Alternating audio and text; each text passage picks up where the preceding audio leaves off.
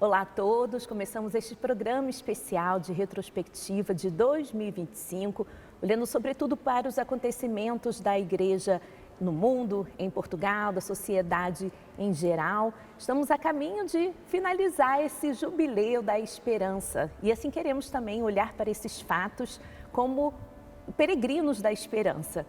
Peregrinos que sabem aonde querem chegar, não como andarilhos que não têm um rumo certo, nem como os turistas que não se envolvem. Vamos iniciar, somos igreja, estamos a caminho, olhar para 2025, mantendo sempre essa esperança para um novo ano. E não estou sozinha, quem vai comentar esses assuntos todos que vamos aqui recordar é o padre Ricardo Figueiredo, diretor do Departamento de Comunicação do Patriarcado de Lisboa. Estamos aqui num lugar belíssimo, Mosteiro São Vicente de Fora, onde é também a Cúria Diocesana do Patriarcado. Bem-vindo, padre. Muito obrigado, é um gosto fazer este caminho convosco, olhar este ano, belo ano jubilar de 2025. Isso mesmo, vamos começar justamente por aí, padre. Um jubileu com uma peculiaridade, porque um papa abriu a Porta Santa e outro papa é que vai encerrar fechando a Porta Santa também. O que podemos recordar das palavras, assim, antes de chegarmos ao Papa Leão, e recordar o que o Papa Francisco deixou para esse jubileu? Recordar que passaram 325 anos da última vez que isso aconteceu. Um Papa abriu o jubileu, outro encerrou o jubileu. Mas, sobretudo, esta marca e o tema da esperança não foi por acaso.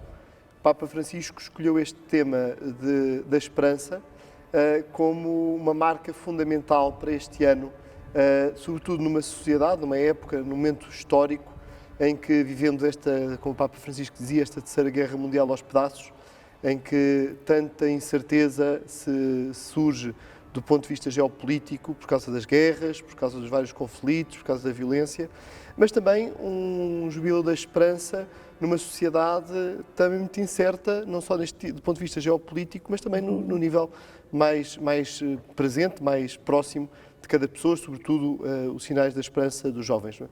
Por isso a carta, a bula com que o Papa convocou o Jubileu 2025, fala precisamente dos sinais da esperança. Ou seja, é verdade que temos muita coisa que nos faz afastar da esperança e achar que não há esperança porque parece que tudo está mal, mas é precisamente aí que nós cristãos somos chamados a transfigurar, a ver uma transfiguração da história e ver como a esperança está aí. Peregrinos de esperança, como dizia o nosso tema em português, mas é muito curioso que o termo em latim está peregrinantes in spem, que tem uma dimensão de movimento para. Não é? Ou seja, não é só peregrinos da esperança, como se nós tivéssemos esperança entre nós, mas também uma esperança para a qual nós caminhamos. E por isso é uma esperança que, mais que apenas um otimismo, como o Papa Francisco chamou a atenção, é uma pessoa. E esta é a grande transformação que nós somos chamados a viver. Ver a esperança como uma virtude teologal, e não é por acaso que o Papa Francisco colocou esse tema da esperança neste momento. Nós precisamos de verdadeiramente reconhecer a esperança como a relação com Deus e colocar no centro da nossa vida a relação com Deus. O materialismo desde o século XIX, muitos movimentos filosóficos anteriores a isso, fazem com que o homem acredite, com que o ser humano acredite que está sozinho no mundo, que apenas nós vamos agora construir e transformar o mundo. E isso aí faz o resultado daquilo que nós vemos hoje. Construímos torres de Babel novamente, sem Deus, e por isso colocar a esperança e colocar uma virtude teologal no centro do ano jubilar 2025 é chamar a atenção desta necessidade de caminharmos para Jesus Cristo e vermos como Deus abre novos horizontes e como nós estamos num mundo que precisa destes novos horizontes que mostram que algo é possível e é necessário. E esta abertura da esperança, e o outro sinal que eu gostava de chamar a atenção, é que o Papa Francisco abriu 5 portas, ou mandou abrir 5 portas jubilares. As 4 basílicas das basílicas papais de Roma e a porta de uma, exatamente, que são as habituais, e uma porta de uma prisão. Sim. Que chama exatamente a atenção para isto. O ser humano, há sempre uma porta que se abre para o ser humano. Mesmo na situação mais limite de alguém que está preso, nós somos chamados sempre a acreditar que o ser humano, há uma porta que se abre, verdadeiramente, uma nova porta, um novo rumo, um novo horizonte que se abre. E nós precisamos verdadeiramente acreditar nisso. Acreditar que a Deus nada é impossível. E, portanto, um jubileu da esperança é um jubileu que nos recorda aquilo que Jesus tantas vezes disse no Evangelho e que tantas vezes encontramos nos Evangelhos: a Deus nada é impossível. Isso mesmo. E falando também do jubileu aqui na igreja em Portugal, como se destacou o jubileu aqui no país, os frutos que começam a aparecer, também falando, né, tivemos o jubileu também da criação de 2 dioceses aqui de Portugal. E tivemos vários acontecimentos e o jubileu foi muito vivido também, não só acompanhando aquilo que eram os acontecimentos de Roma, mas também localmente. E penso em várias iniciativas que foram acontecendo pelo país. Pelo país foram todos sempre muito ligados às igrejas locais, portanto às dioceses, e portanto houve várias vivências, houve várias experiências, vários pontos altos naquilo que foram a vivência do jubileu. Penso até, particularmente aqui no caso de Lisboa, no Dia Jubilar Diocesano, que no dia 31 de maio juntou algumas dezenas de milhares de pessoas no Jardim do Estoril para um grande dia de celebração, para um grande dia multigeracional, para um grande dia em que verdadeiramente viemos confirmados na esperança e confirmados nesta vivência e nesta alegria de sermos testemunho de Jesus Cristo vivo e ressuscitado na história, no nosso contexto. Tantos outros acontecimentos, o jubileu da caridade, o jubileu Bem, tivemos tantos motivos, tantas ocasiões, quer aqui localmente, quer a ida daqui para Roma, e aqui é impossível não recordar o jubileu dos jovens, que no final de julho, início de agosto... Foi uma mini JMJ. Exatamente. Né? Mini não tanto. Não tanto, né? Porque com cerca de 1 milhão... Foi uma grande JMJ, digamos assim, entre aspas, mas em que, quer dizer, pensar na quantidade, nos milhares de jovens que foram de Portugal para Roma, para estar com o Papa, já com o Papa Leão, foi também um grande momento de alegria. E estes momentos nós vemos não apenas como eventos, mas vemos como momentos em que vamos à fonte e que, por isso, sedentados nesta verdadeira água que é a graça de Deus, partimos para, com mais força, com mais empenho, com mais alegria, com mais entusiasmo, sermos capazes de testemunhar Jesus Cristo. E estes momentos vivos, quer o ano do jubileu, quer cada um destes eventos, funcionam sempre como estes momentos de lançar a Igreja para a missão. Isso, e como eu comentei também, tivemos diversos jubileus, como da criação das dioceses de Santarém, de Setúbal, 50 anos, né, foram criadas juntas, desmembradas do Patriarcado de Lisboa. Sim. Então foi um ano de muitas festividades assim, também em Portugal. Com um momento de reconhecimento, e nesse caso das dioceses de Setúbal e Santarém, como ocasiões de recordar aquilo que a Igreja funciona, quer como Igreja Universal, mas também como Igreja local. E estas duas coisas não se contradizem, não entram em conflito. E este ano do Jubileu foi um ano muito importante para nós vermos exatamente esta dimensões, esta pluralidade da vida da Igreja. Com estas duas dioceses que são representativas de momentos muito fortes e de momentos e de realidades que estão em crescimento. Isso, também. Sim. Basta pensarmos a Diocese de Setúbal, a população que habita na Diocese de Setúbal e todos os desafios que se colocam à Diocese de Setúbal, e como a Igreja tem esta presença e como a Igreja é chamada a estar aí como um verdadeiro player daquilo que é a vida da sociedade. Muito bem. Bom, falamos já do Papa Francisco e não podemos deixar de recordar aqueles dias de luto em todo o mundo. Mas antes do padre comentar, vamos assistir a uma peça para relembrarmos esse momento do adeus ao Papa Francisco. O Carmelinho da Santa Sé atestou a morte do Sumo Pontífice em presença de outras autoridades e a colocação do corpo no caixão. São as primeiras imagens do corpo do Papa que amanhã estarão na Basílica de São Pedro. Imagens emocionantes que evocam a beleza do pontificado de Francisco e a sua herança espiritual. O cardeal Farrell também selou os aposentos papais.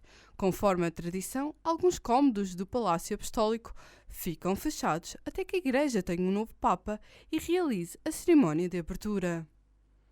Padre, a gente já acompanhava, né, os momentos de enfermidade do Papa Francisco, mas acho que acaba sendo todo mundo pego de surpresa. Então, o senhor poderia, né, comentar como foi significativo ele passar pelo Papa Móvel no domingo de Páscoa, né, por todo o povo ali na Praça São Pedro, e no dia seguinte fez a sua Páscoa. Foi muito significativo, até por aqueles testemunhos que nos chegaram, como ele agradeceu à equipa médica que o acompanhava, ter-lhe dado esta oportunidade de voltar a viver aquilo que foi todo o seu pontificado, e aliás foi toda a sua vida como pastor, quer como padre, quer como bispo, e depois como Papa, que era um homem próximo do povo, não é? Verdadeiramente um pastor, como ele dizia, que deviam ser os pastores, pastor com cheiro a ovelha. E, portanto, esta proximidade e ter esta alegria, certamente um grande consolo no seu coração, de ser pastor até ao fim e pastor próximo de todas as pessoas. E de ter vivido a Páscoa aqui connosco, naquela celebração litúrgica, e depois, nós que a vivemos sacramentalmente, ele depois viveu no dia a seguir, na realidade. Esta passagem, esta verdadeira Páscoa, para a vida eterna, para o encontro com Nosso Senhor. Foi um momento significativo, inesperado, porque a Páscoa é sempre um momento de uma grande intensidade na vida da Igreja, e na segunda-feira de Páscoa o Papa Francisco foi sempre um Papa das surpresas, volta-nos a surpreender com esta sua partida, e de ser um momento verdadeiramente espiritual. E isto é o que eu mais gostava de sublinhar em toda esta vivência da partida do Papa Francisco. É que todos estes momentos, ainda que muitas vezes o mundo goste de olhar com perspectivas políticas, o que é verdade que nós vimos desde a partida do Papa até a eleição do Papa Leão, foi verdadeiramente um momento espiritual. Porque chamava a atenção para um aspecto que a mim me tocou pessoalmente muito, e que me levou às lágrimas até, que foi ver o Papa no domingo de Páscoa passar entre o povo, e poucos dias depois, ver o Papa, uma semana depois, ver o Papa no caixão, novamente no Papa Móvel, a passar pelas ruas de Roma. Não é? E esta presença do Papa Francisco, que nós continuamos a guardar no coração e continuamos a ter presente, e que continua a ser um compromisso de viver tudo aquilo que são os desafios do Papa Francisco para a Igreja, e que nós somos chamados a continuar a testemunhar e a viver e a sermos fiéis a esses momentos. O tempo aqui até mudou quando a gente começou a falar do período de luto do Papa Francisco, momento de Páscoa, mas também de saudade, de tristeza. Tivemos aqueles 9 dias oficiais de luto antes de começarem as congregações. Então, padre, também para recordar assim, esse período oficial da Igreja, o senhor poderia resumir brevemente? A informação com a morte do Papa é logo todos os cardeais do mundo são convocados para se dirigirem para Roma, portanto, logo na medida das possibilidades, porque as congregações começam logo no dia seguinte à morte do Papa, logo para decidir coisas práticas da vida da Igreja. Então não começa depois dos 9 dias? Não, as congregações começam logo no dia a seguir, a primeira congregação no dia a seguir, porque as congregações gerais são como que o organismo que toma conta da Igreja, que governa a Igreja durante este tempo, e portanto há decisões já têm de ser tomadas de imediato, não é? Quer dizer, desde a data do funeral do Papa, todos estes pormenores que são necessários marcar, e portanto começa logo neste tempo, e que são congregações gerais que vão crescendo, vão aumentando à medida que os cardeais se vão dirigindo e vão chegando a Roma para esse momento. Que é acompanhado tudo, e essa é uma das marcas, que é tudo acompanhado com uma grande vivência espiritual. Não é? Quer dizer, recordo até logo a missa no dia da morte do Papa Francisco, a missa que foi convocada aqui para a sede de Lisboa, por exemplo, foi convocada em vários dioceses, aqui na sede de Lisboa, que teve a presença do corpo diplomático, que teve a presença do nosso chefe de Estado, do Presidente da República, de vários dos representantes do Governo. Tivemos por um ecrã gigante no exterior, porque foram milhares de pessoas que acorreram à sede de Lisboa exatamente para rezar pelo Papa Francisco. Portanto, há toda esta envolvência, toda esta vivência espiritual deste momento. E as congregações gerais têm esta primeira fase de tratar daquilo que são os assuntos que estão na ordem do dia, que é preciso gerir. Havia algumas questões delicadas também de alguns assuntos que tiveram de ser tratados naquele período. É sempre um momento delicado da vida da Igreja. E depois a seguir, sobretudo neste período após o funeral e depois o fim dos 9 dias de luto pelo Papa Francisco, aquilo que é um momento de exame de consciência da Igreja, que é exame de consciência espiritual, portanto um momento de discernimento, de perceber qual é o perfil para o Papa agora, qual é o perfil que Deus quer. Isto é importante nós percebermos que na eleição do Papa, enquanto quando há umas eleições na democracia em Portugal ou em qualquer outro país, é os cidadãos que têm o seu poder, que dão o seu poder, a sua cota-parte, digamos assim, daquilo que é a construção da sociedade, que elegem alguém que os representa. Não é? Quando é a eleição de um Papa, é um momento de discernimento, de perceber quem é que Deus quer. E Deus manifesta a sua vontade por meio deste voto e destes consensos que se conseguem na eleição papal. Ou seja, não é no momento em que há uma maioria que o Papa é eleito, é o momento em que o Papa aceita a sua eleição, que o Espírito Santo escolhe e que corrobora esta escolha que é feita. Isto é uma coisa bem importante, que por vezes as pessoas podem pensar que isto é um momento democrático de escolha. Sim, não. É sempre um momento de discernimento e, portanto, toda esta vivência das congregações gerais são vividas como uma escuta do Espírito Santo. Quem é que o Espírito Santo quer para a Igreja neste momento? Quem é que Deus inspira para ser o eleito, o perfil para ser eleito naquele momento? Isto acontece neste processo profundamente humano e que, naquilo que é profundamente humano, acontece o profundamente divino também deste processo de escolha, de discernimento, e que recaiu naquilo que é o perfil do então Cardeal Prevost. Vamos chegar lá, mas também é importante ressaltar isso, padre, porque começa toda a especulação nos meios de comunicação, das pessoas até fazem apostas de quem deve ser o futuro Papa e olham a Igreja num olhar muito... Há duas visões, há duas coisas muito curiosas que eu notei nesse período, que é, quer naquela fase política de ver esquerda e direita, que na Igreja isso não existe, não é? Quer depois os bairrismos, que é, será que em Portugal, será um português que vai ser eleito? Ouvimos do Brasil, será um brasileiro que vai ser eleito? Quer dizer, há sempre estas leituras, que são leituras humanas, têm a sua dimensão curiosa, mas o que nós percebemos é que aquilo que é o sentir do povo de Deus é que vai muito além destas vivências. Também foram belíssimas aquelas imagens de vermos os cardeais saindo da Capela Paulina, em procissão até a Capela Sistina, entoando a ladainha de Todos os Santos, na invocação do Espírito Santo, para que ali dentro da Capela Sistina pudessem realmente ter a condução do Espírito Santo naquele momento. E até finalmente chegarmos ao dia 8 de maio, já estava toda aquela expectativa do Habemus Papa. Então vamos recordar este momento. Eminentissimum, ac reverendissimum Dominum, Dominum Robertum Franciscum, Sancte Romane Ecclesiae, Cardinalem Prevost, qui sibi nomen imposuit Leonem decimum quartum. Habemus Papam.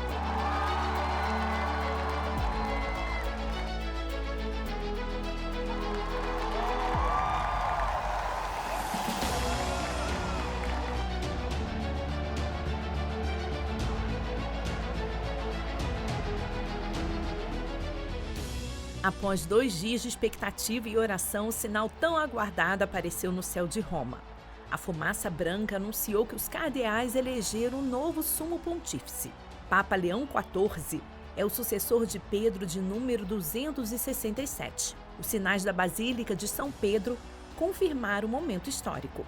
Milhares de fiéis celebraram a escolha, que marca o início do pontificado do então cardeal Robert Francis Prevost. Antes de falar ao povo, fez instantes de silêncio a contemplar a multidão.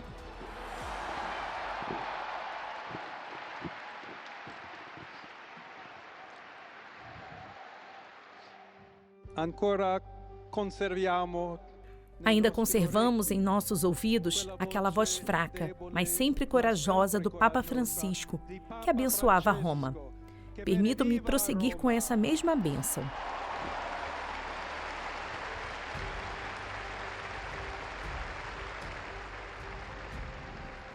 Deus nos ama, Deus ama todos vocês e o mal não prevalecerá. Estamos todos nas mãos de Deus, portanto, sem medo, unidos de mãos dadas, com Deus e entre nós, sigamos em frente.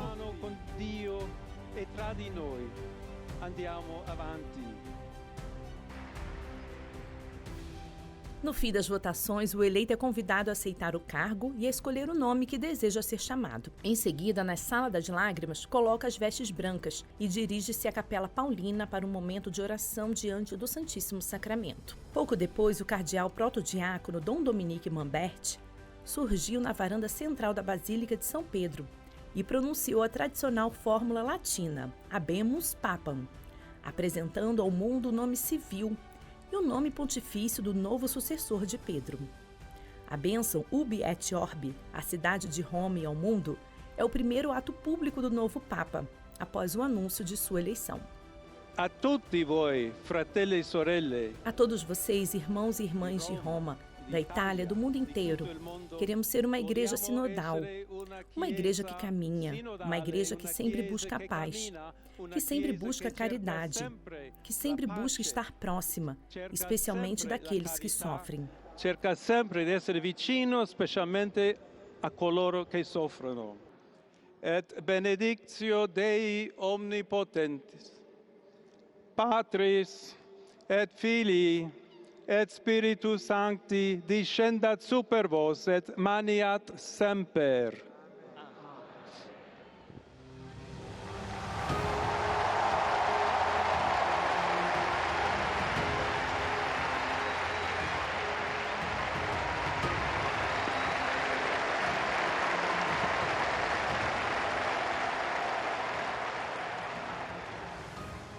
Então, padre, essas imagens realmente nos tocaram, aquele momento assim de grande júbilo, de grande expectativa, porque seja qual for o Papa, assim, nós católicos já amamos, né? Então, realmente foi um momento ali de júbilo na Praça São Pedro.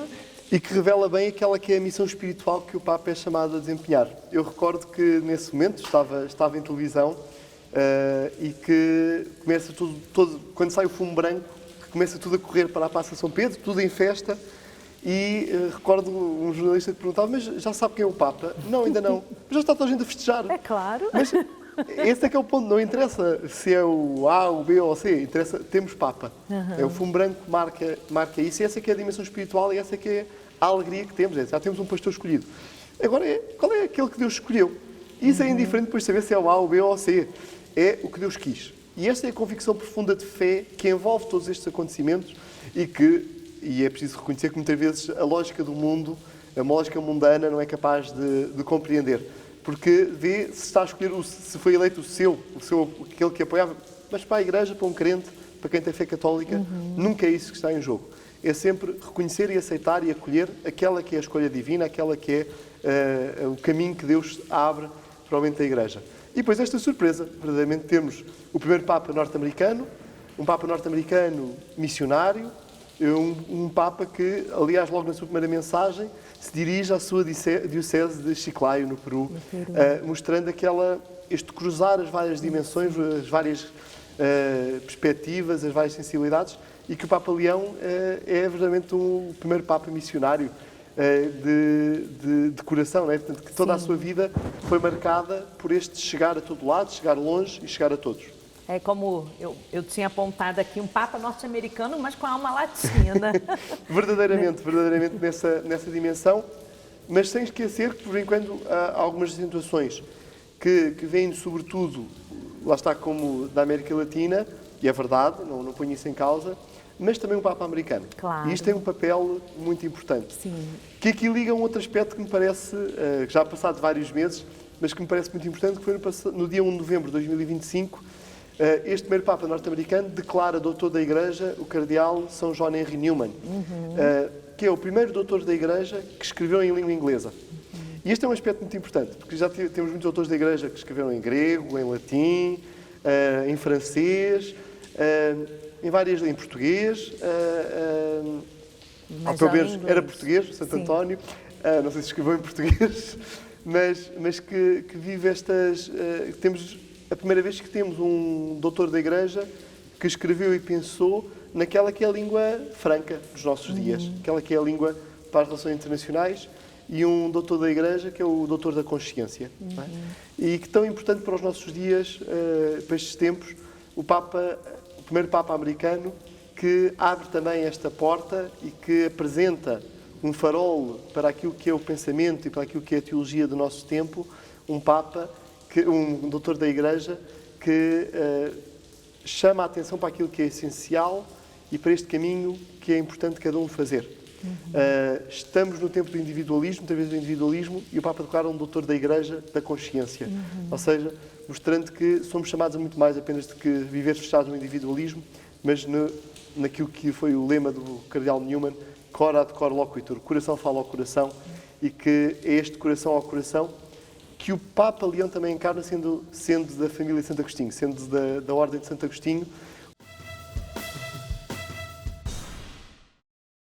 A partir do que já vimos do Papa Leão, essa declaração do primeiro doutor a escrever em língua inglesa, e também muitos dos jubileus, acho que seguindo essa linha da consciência, buscaram destacar temas importantes da nossa atualidade, o tema das migrações, da pobreza, educação, diálogo interreligioso. Então, como essas realidades nos interpelam, também a Igreja em Portugal. E o primeiro apelo até de todos, que está logo na primeira mensagem que o Papa Leão leu quando foi da eleição, a paz. A paz desarmada e desarmante. E todos estes temas, ou seja, o Papa Leão teve esta oportunidade e esta graça de conduzir uma boa parte, mais de meio ano de jubileu, que permitiu tocar em vários assuntos essenciais, alguns deles que lhe dizem muito pessoalmente até respeito, e nomeadamente a questão da educação, ele que foi professor de matemática, e que também este tema da educação, e tantos temas que o Papa Leão chamou a atenção. E o que é que nós vemos? Que é a linha do que ele vai propondo é tocar todos estes temas, reconduzindo ao essencial. Não é por acaso que o seu lema aponta exatamente para a unidade em Cristo. E esta unidade em Cristo que é regressar àquilo que é o essencial, àquilo que é este cristocentrismo, como nós temos assim nestes termos teológicos, esta centralidade de Jesus Cristo no pensamento, no anúncio, na mensagem do Papa Leão, mostra-nos que como Santo Agostinho foi, o Papa Leão quer ser este Papa do essencial. E do essencial que transforma. Então pode haver um essencial que nos imobiliza, que é só um voltar ao passado. Antes, pelo contrário, é um essencial que nos mobiliza, e por isso o nome de Leão. Que se quer colocar na continuidade do Papa Leão XIII, que fez a grande transição da Revolução Industrial e, portanto, da fundação da atual doutrina social da Igreja. E o Papa Leão XIV, quer fazer esta transição também naquilo que é a grande revolução industrial de hoje, que é a inteligência artificial e todos os desafios que se colocam neste novo mundo que aparece, em que a Igreja sabe que também tem uma resposta a dar. Isto é um ponto muito importante. Uma resposta a dar, um sinal a dar, e fazer caminho precisamente naquilo que é o contexto que hoje se está a viver. E, portanto, são estes grandes desafios que se apontam neste pontificado e que cá estamos para viver. E que a Igreja em Portugal vai acolhendo. Já sabemos, com este horizonte, queremos muito que o Papa nos visite, quer dizer, os últimos Papas. Como já foi falado, Nossa Senhora de Fátima, a imagem da capelinha foi a Roma. Agora o Papa tem que devolver a cortesia exatamente. e vir à casa da mãe. E, portanto, esperamos, não sabemos quando, mas esperamos esta visita. E o próprio Papa Leão já disse que quer visitar Portugal, quer visitar Fátima, e portanto aguardamos essa visita. Será um momento também de confirmação da Igreja em Portugal e de escutar aqueles que são os desafios que o Vigário de Cristo nos apresenta e nos aponta para a vivência da Igreja em Portugal, mas continua a ser um grande desafio aquele que é a Igreja em Portugal, que já vem do diagnóstico, por exemplo, o Papa João Paulo II fazia na Eclésia na Europa, e o Papa Bento XVI, quando visitou Portugal, o disse, e depois novamente o Papa Francisco, sobretudo em 2023, também deixou isso muito claro. Somos uma Igreja de antiga matriz cristã, de um país de antiga matriz cristã, mas isso não nos deve dar por garantido que a fé está a ser vivida. E, portanto, o Papa João Paulo II, que chamava a atenção da nova evangelização, o Papa Bento XVI, que deixava o alerta, não podemos dar por adquirida, porque temos estruturas cristãs, não podemos dar por adquirido que a fé existe, e o Papa Francisco, que chamava a atenção de que não podemos temos de lançar novamente as redes para a pesca, não podemos ficar cansados e desmotivados na margem, que é essa imagem bíblica que o Papa Francisco usou para falar a Portugal.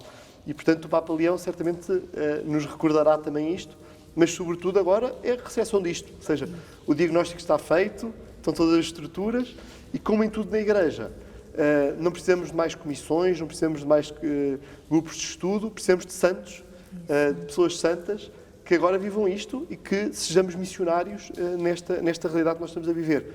No trabalho, na escola, nas redes sociais, em tudo aquilo que, nas empresas, em tudo aquilo que são as realidades onde os cristãos estão e são chamados a estar, fazermos a diferença e a presença de Jesus no mundo. E antes de falarmos dessa nova geração que vamos chegar lá, dos santos jovens canonizados em 2025, também voltando um pouco aos desafios que interpelam a Igreja em Portugal. E um dos diagnósticos, começado, vamos dizer assim, pelo Papa Francisco, que a Igreja em Portugal também se empenhou bastante, é a questão dos casos de abuso. Então, o que o senhor poderia apontar assim, em 2025, as realizações do Grupo Vita, por exemplo? Não, este é um processo que a Igreja reconhece como doloroso, não por aquilo que significa, não por aquilo que é para a Igreja, mas por sabermos que é sempre reconhecer as vítimas. E essa é a primeira e a fundamental dor que a Igreja sente, é reconhecer que houve vítimas e, por isso, a Igreja fazer tudo para haver uma compensação às vítimas, porque sabemos que são crimes, pecados e crimes que chocam profundamente a vida das pessoas e que são marcas que ficam para toda a vida. E, portanto, a Igreja está a fazer este processo de compensações, não é indenizações, não é? A indenização é uma outra categoria e a Igreja sempre procurou deixar isso muito claro. Estamos a falar de compensações por aquilo que são os danos causados na vida das pessoas. E, portanto, a Igreja está a fazer este processo, um processo de verdade e um processo de justiça para a Igreja poder compensar naquilo que está ao seu alcance todos aqueles que são as pessoas que transportam e que têm as marcas e as feridas de crimes daqueles que eram membros da Igreja e da hierarquia. O segundo ponto é este processo que o Grupo Vita tem feito, de forma profissional, de forma profunda, de forma isenta, e que é tão importante ser feito e que a Igreja está aqui. E que ao longo do ano 2025 foi o ano de escutar as pessoas, fazer este processo de escuta, fazer este processo de diálogo, para podermos chegar àquilo que são a dimensão dos danos causados em cada pessoa, para agora se abrir o processo das compensações no ano 2026, ao mesmo tempo que a Igreja faz um processo de ser um ambiente cada vez mais seguro para todos, sem exceção, e também a Igreja reconhecer aquilo, porque que o mundo se choca? Porque o mundo olha para a Igreja, a sociedade olha para a Igreja como um lugar seguro, como um lugar de fé, como um lugar de presença de Deus, não é? E, portanto, a Igreja sabe que é responsável por ser um lugar seguro, para ser essa referência, e ser referência para que também o resto da sociedade faça este processo de purificação e de ser sempre ambientes seguros e não haver, seja na Igreja, seja fora da Igreja, seja em qualquer âmbito, qualquer criança que sofra com crimes tão horríveis como estes. E além desse processo das compensações, algo que se aponta também mais ainda para 2026 são as ações de capacitação, de prevenção. No final de novembro aconteceu o Congresso Internacional do Grupo Vita, com a presença de conferencistas internacionais e que já o Grupo Vita trabalha nesse sentido de diversas ações de prevenção, capacitação, catequistas, professores, também agora o projeto Igreja Mais Segura, que busca criar uma rede de ambientes seguros, seja vendo os locais fisicamente, portas abertas ou então portas de vidro para atendimentos, uma série de iniciativas que as igrejas vão receber o selo de Igreja Segura, não é? De Igreja Segura. Por conta da morte do Papa Francisco, sabemos que 2 canonizações tiveram suas datas alteradas, mas aí aconteceram em conjunto. Então, a canonização agora, São Pier Giorgio Frassati, São Carlo Acutis, e acho que particularmente para o senhor também foi um momento de muito júbilo, não é? É um momento de grande alegria de uma igreja que reconhece que a grande resposta de Deus a todas as situações que ela vive ao longo destes 2000 anos de igreja continua a acontecer. Que é a resposta de Deus para qualquer momento é sempre a resposta da santidade. E é isso que estas 2 canonizações mostram, que é quer para os jovens desportistas ou voltados para a intervenção cívica, a intervenção política, como aqueles na linha do Pier Giorgio Frassati, quer para os jovens de hoje mais ligados às redes sociais, mais ligados à informática, mais ligados, no caso do Carlo Acutis, quer para um caso, quer para o outro, a grande resposta de Deus é sempre a santidade e mostra este caminho da santidade como não só possível, mas como desejável. E ser o caminho verdadeiro que transforma e que abre novos horizontes para sermos igreja viva e igreja cada vez mais viva em todas as circunstâncias, sem exceção. Foi um grande momento e, sobretudo, este momento de renovação, que se coloca também numa outra linha, para fazermos uma retrospectiva também do ano 2025, que foi o ano agora da recepção do Sínodo, sobre a sinodalidade, em que chamou muita atenção para a responsabilidade a corresponsabilidade de todos os batizados na vida e na missão da Igreja. E o Carlo Acutis e o Pedro Jorge Frazais são dois leigos que viveram a sua responsabilidade na Igreja e, portanto, modelos e exemplos do que é a sinodalidade. Interessante ressaltar que Carlo Acutis foi peregrino em Portugal, meses antes do seu falecimento, né? Esteve em Fátima, em Santarém, aqui em Lisboa. Aqui em Lisboa também, e que quis vir cá exatamente para conhecer o milagre eucarístico de Santarém, e ainda a memória da sua passagem por lá, quer também Fátima. E é muito bonito perceber que tudo aquilo que é a espiritualidade do Carlo Acutis toca em Fátima. Era verdadeiramente aquela mensagem que mais profundamente e mais pessoalmente tocava o Carlo Acutis e que ele soube dar também esta roupagem nova, esta forma de apresentar nova, através dos meios informáticos, através das 4 exposições. Ele só acabou uma, começou a realizar uma segunda exposição sobre as aparições de Nossa Senhora, fez a dos milagres eucarísticos e idealizou mais 2 sobre anjos e demónios, sobre o inferno, o purgatório e o paraíso, e a ver como todas estas realidades estão em Fátima. E por falar em Fátima, vamos recordar, já comentamos aqui um pouco, quando a imagem da capelinha foi a Roma por ocasião do Jubileu da Espiritualidade Mariana, mas vamos assistir a uma peça do momento em que a imagem saiu da capelinha das Aparições em Fátima. A imagem de Nossa Senhora venerada na Capelinha das Aparições vai a Roma para o Jubileu da Espiritualidade Mariana. Isto acontece apenas em ocasiões muito especiais. O convite feito pelo Papa Francisco foi reiterado por Leão XIV.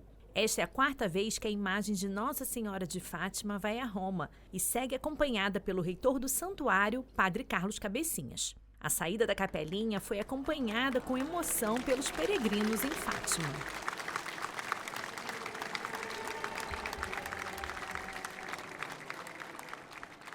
A justificação é dada pelo próprio prefeito do Dicastério de Evangelização, o Sr. Reverendo Fisichella, que quando dirige o pedido da imagem, da presença da imagem, diz claramente porque é um dos ícones marianos mais significativos em todo o mundo. Um outro motivo tem que ver com o facto desta mensagem, da mensagem deste lugar, ser uma mensagem de paz e esperança e que, portanto, de pleno enquadramento com o momento que a Igreja está a viver. Enquanto a imagem original vai a Roma, a peregrina número 1 fica na capelinha.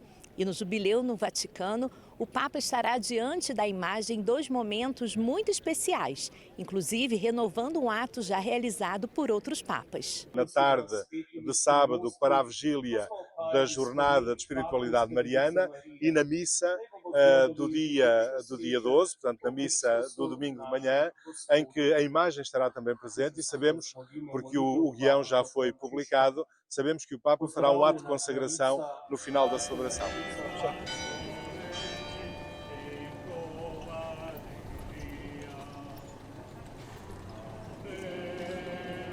Começamos o dia com uma celebração em Santa Maria em Traspontina, muito perto da Praça de São Pedro, e que durante todo o dia os peregrinos presentes em Roma podem venerar a imagem nessa igreja e é de lá que sairá em procissão para a Praça de São Pedro para a vigília. A imagem regressa a Portugal na tarde do dia 12.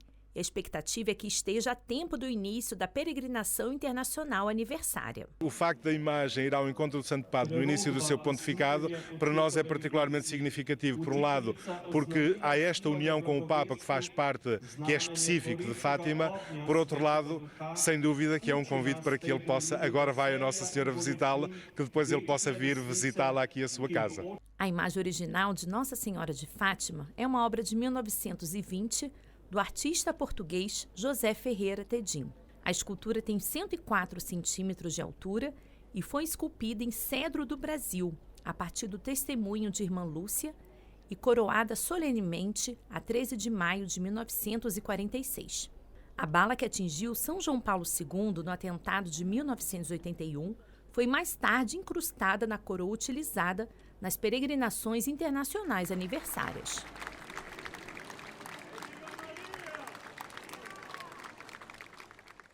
Então, Nossa Senhora foi a Roma, também foi peregrina, esteve ali também na Praça São Pedro, junto ao Papa Leão, também na Santa Missa no domingo, né? Também aqui nós estávamos na peregrinação internacional em Fátima, naquela expectativa, qual o momento que vai chegar a imagem de Roma. Acabou que a peregrinação de outubro começou sem a presença da imagem da capelinha, esteve a imagem peregrina número 1, e depois, no final do dia 12, é que a imagem de Roma chegou finalmente a Fátima. Mas naqueles momentos em Roma, padre, é que o senhor poderia recordar do que o Papa Leão nos disse, né, aquele momento que com certeza tocou os portugueses. Eu gostava, sobretudo, de recordar, em primeiro lugar, o contexto em que acontece esta ida da imagem, este voltar a centrar a atenção em Fátima, na mensagem de Fátima. Nossa Senhora em Fátima pediu que rezássemos o texto todos os dias para alcançar a paz. E é terrível ver como mais de 100 anos depois a situação não é muito diferente. E, portanto, este apelo à paz e este apelo à espiritualidade mariana como uma espiritualidade interior e uma espiritualidade que nos transforma interiormente, mostra aquilo que é o caminho da paz que somos chamados a viver e que a mensagem de Fátima continua a ser especialmente marcante e especialmente eloquente nos nossos dias. Devia-nos envergonhar, enquanto humanidade, como é que passados mais de 100 anos voltamos a estar numa situação como esta que estamos a viver, com esta Terceira Guerra Mundial aos pedaços, e como Nossa Senhora avisou, e Nossa Senhora continua a avisar, e Nossa Senhora continua a ser esta voz que aponta para o caminho da paz. E, portanto, o que é que fica sobretudo de apelo? É vermos como a grande obra para sermos construtores da paz continua a ser a oração. Não é os estadistas, não são as máquinas de guerra, isso não conseguem a paz. Só se consegue piorar. Só Deus, só verdadeiramente quando nós voltamos o nosso coração para Deus, é que se abrem verdadeiros caminhos de paz. Foi isto que Nossa Senhora veio lembrar em Fátima. Falamos também um pouco do processo sinodal, que em 2026 terá continuidade, não está esquecido o processo sinodal. Aqui em Portugal, especificamente, como será o andamento no próximo ano? O que está previsto é continuar a convocação de várias assembleias desta vivência, nos vários níveis da vida da Igreja, que vão marcando, sobretudo, aquilo que o Papa Leão pediu já sobre a sinodalidade. A sinodalidade não é uma nova estrutura, não, é sobretudo um estilo. E esta marca do estilo, o termo estilo tem um peso muito importante na teologia, porque mostra a síntese entre aquilo que é o património que nós temos, de 2000 anos de história da Igreja, e a situação atual. E é na síntese entre as duas coisas que surge o estilo. E a sinodalidade, sendo estilo, é verdadeiramente esta capacidade, esta possibilidade de se fazer esta síntese entre isto que é a nossa fé e aquilo que é a situação atual. Todos estes momentos, todas as assembleias, reuniões que vão acontecer de âmbito sinodal e da aplicação do documento final da 16ª Assembleia Geral Ordinária do Sínodo dos Bispos, seja uma oportunidade de continuarmos a aprofundar todos estes desafios que aquele documento tem, e são desafios muito pertinentes e que é importante não ficar nenhum esquecido.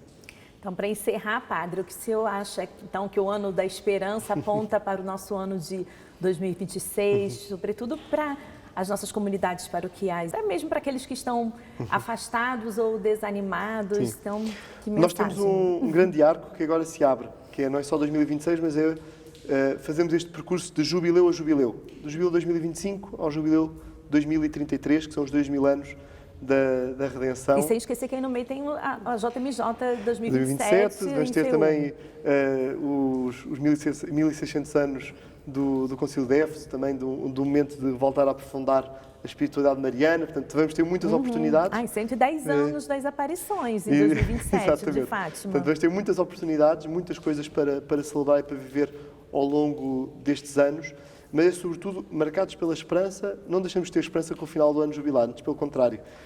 Temos de ser cada vez mais homens e mulheres de esperança, homens e mulheres transformados pela esperança, homens e mulheres que são este sinal de uma vida nova no mundo. Então, muito obrigada, padre, pela sua presença, por nos ajudar a recordar esse ano tão especial de adeus ao Papa Francisco, mas de júbilo pelo nosso novo Papa, Papa Leão. Muito obrigada e feliz ano novo! Um bom ano também para todos os que acompanham a Canção Nova. Um ano também de 2025 de muitos trabalhos na Canção Nova, seja na TV, rádio, internet, eventos, missões pelo país. No jornalismo buscamos levar a si todos esses assuntos comentados aqui durante a nossa retrospectiva, além de especiais como os Santuários Marianos de Portugal, enoturismo, reportagens na Ilha da Madeira, entre outros. E com certeza 2026 continuaremos com muito mais e prepare-se também porque 2026 será um ano muito especial para toda a família Canção Nova. 25 anos da TV Canção Nova em Portugal e 20 anos da Rádio Canção Nova. Então esperemos e desejamos todas as bênçãos de Deus nesse ano novo para você, para toda a sua família e a sua comunidade também. Até a próxima!